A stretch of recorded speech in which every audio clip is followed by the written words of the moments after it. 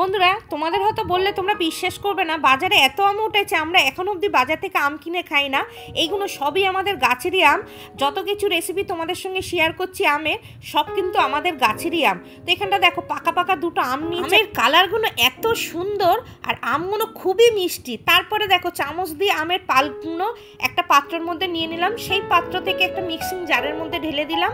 আর এখানটা 1 কাপ নিয়েছি টক দই, তারপরে দিয়ে দিচ্ছি এখানটা 4 চামচের মতন চিনি, আর কয়েকটা এলাচের দানা গুঁড়ো করে দিয়ে দিচ্ছি, সামান্য একটু বিন, তারপরে দিয়ে দিচ্ছি কিছুটা আইস কিউব দিয়ে এবারে মিক্সিং জারে এটাকে ভালো করে পেস্ট বানানো। তো দেখো এখানটা পেস্টটা হয়ে গেছে।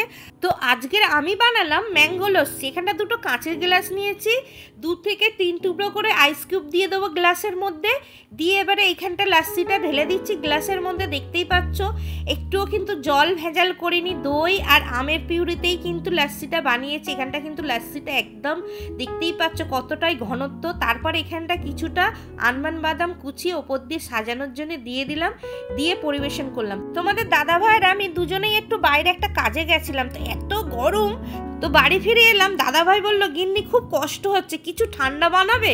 তাই বললাম 5 মিনিট বসো, তোমাকে 5 মিনিটের মধ্যে বানিয়ে দিই। 5 মিনিটের মধ্যে ম্যাঙ্গো লস্যি বানিয়ে দিলাম। তোমাদের দাদা ভাই খেয়ে বললো গিন্নি অসাধারণ হয়েছে, প্রাণটা জুড়িয়ে গেল। তারপরে তো আমিও খেয়ে নিলাম ঠান্ডা ঠান্ডা লস্যি।